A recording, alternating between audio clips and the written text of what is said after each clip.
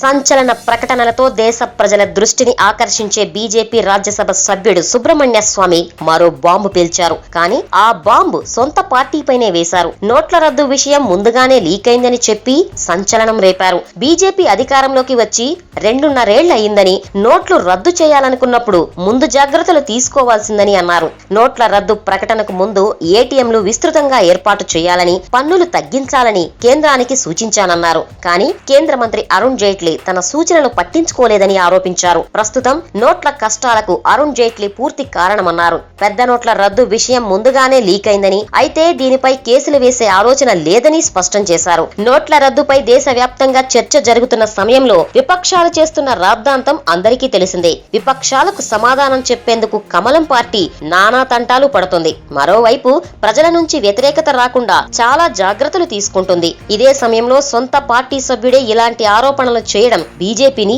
ఇరకాటంలోకి నెట్టేసింది.